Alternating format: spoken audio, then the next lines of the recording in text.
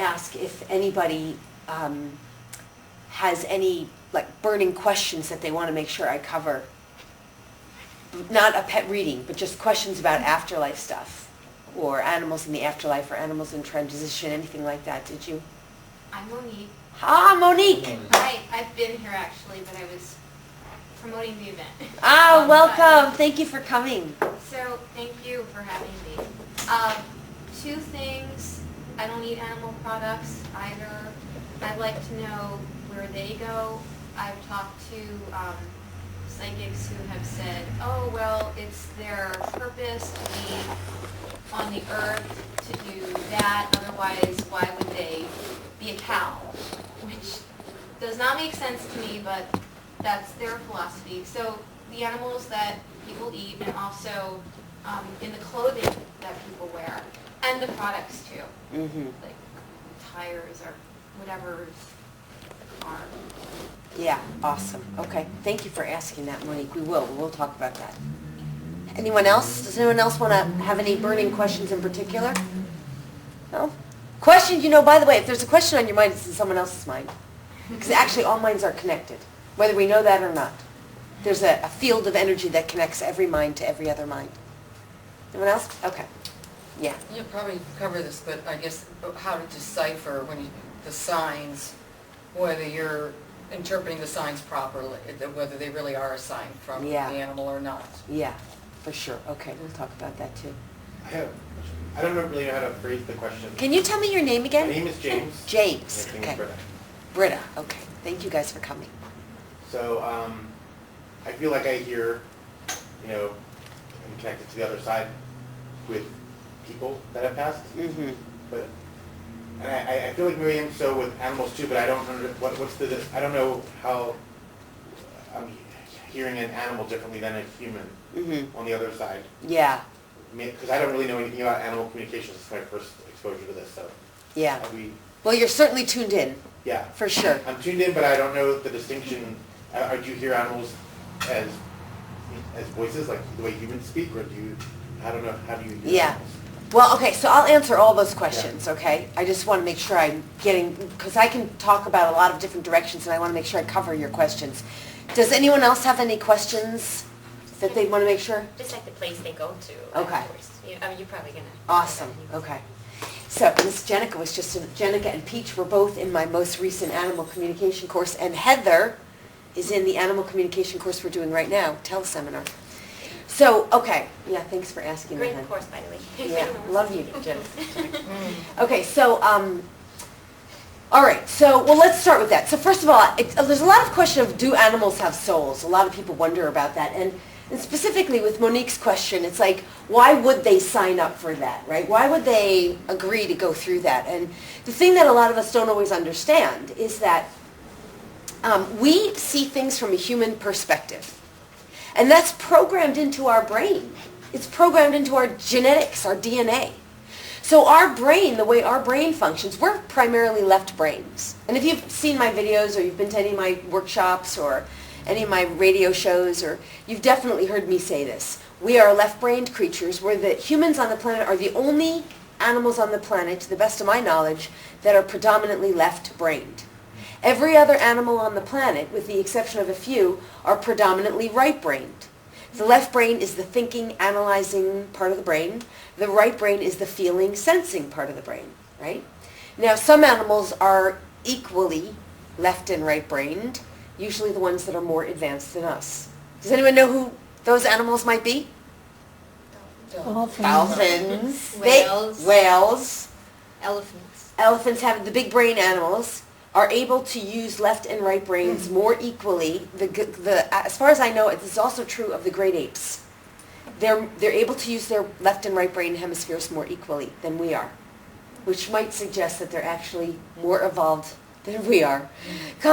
Contrary to what we humans tend to think, right, that we're the most highest on the rung, which really isn't true. I mean, if we didn't have guns, we certainly wouldn't be.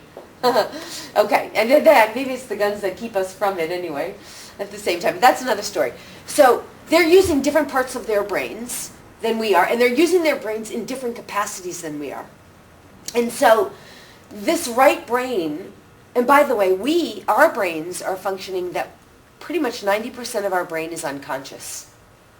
We don't even consciously, we're not aware of that. And 10% of our brain is conscious. Now this is scientific information I'm giving here, right? So what's going on in the 10% is the way the majority of humans are operating. The lower 90% is what now we're getting to clear out. See, actually when we start clearing out that unconscious stuff and tapping into that, that's when we start accessing the truth of who we are. We stop acting unconsciously. So to get back to your question then, Monique, is stored up in the unconscious reservoirs, we start to know that we have contracts, we have agreements, we have purposes, and we come here in this reality that we exist in, which Earth and our experience on Earth is a 3D reality. We see things in terms of distance, height and distance, right? 3 dimensions.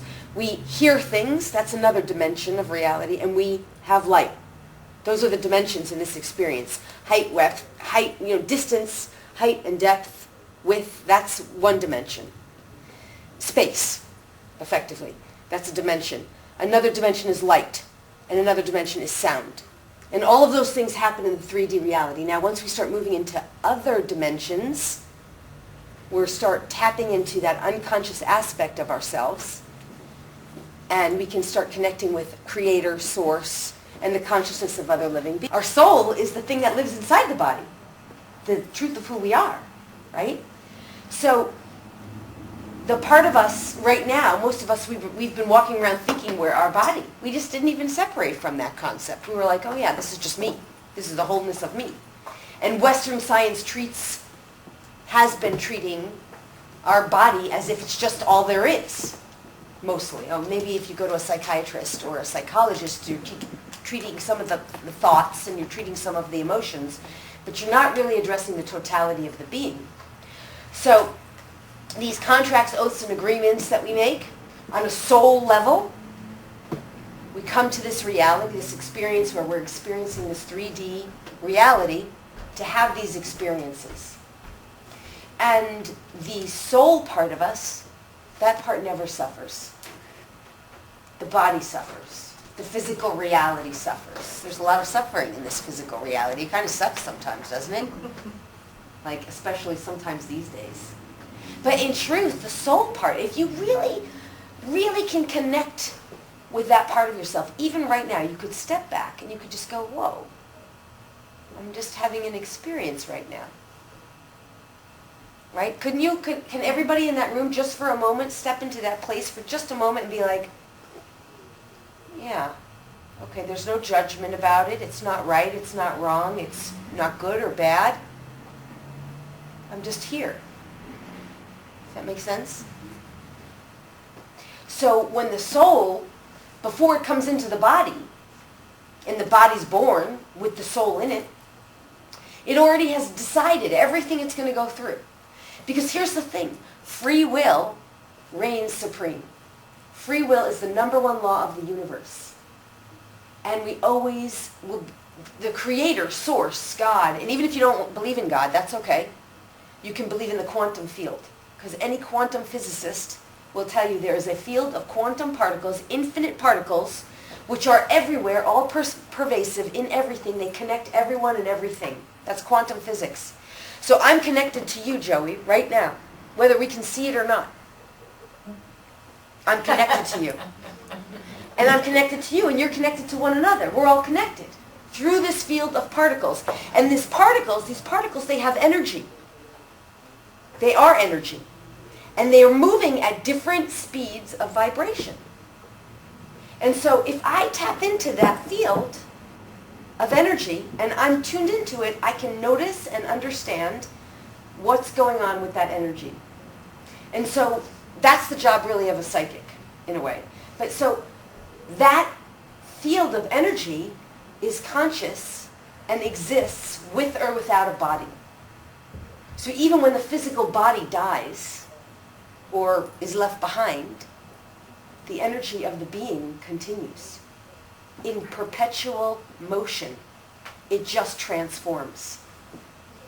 That's what Einstein taught us. That's what all the great physicists, even right now, the best doctors are telling us. Dr. Deepak Chopra, Dr. Valerie Hunt, Dr. Bruce Lipton, On and on, the list goes on, of physicists who are saying that energy just perpetuates. So, if the soul exists in perpetual motion in this state of awareness and consciousness in which we can all sort of step back in that experience, we just step back and we stop, we get out of our human judgment, or out of our beliefs, out of our ideas of what's right or wrong, and we just go, okay, here I am.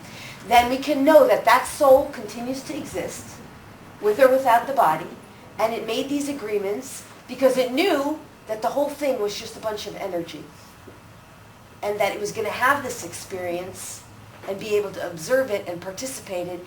And as it did have this experience, other beings would get to learn from it and share in the experience. Does that make sense?